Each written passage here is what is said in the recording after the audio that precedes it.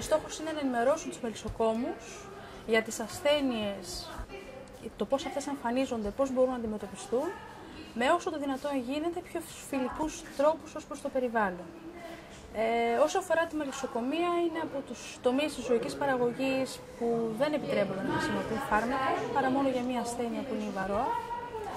Και από εκεί και πέρα για τις άλλες ασθένειες, αυτό που επιτρέπεται είναι φιλικές προς το περιβάλλον ουσίες ή σωστή μελισσοκομική χειρισμή.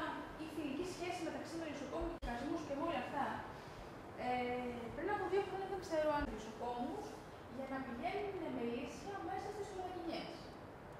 Ξεκίνησε σήμερα το ταχύρυθμο πρόγραμμα μελισσοκομείας, ένα πρόγραμμα που το κάνουμε κάθε χρόνο. Αφορά ενημέρωση των μελισσοκόμων, κυρίως των επαγγελματιών, αλλά είναι ανοιχτή η αγκαλιά μας και για τους ερασιτέχνες οι οποίοι διψούν να μάθουν, δεδομένου το θέμα της μελισσοκομείας έχει και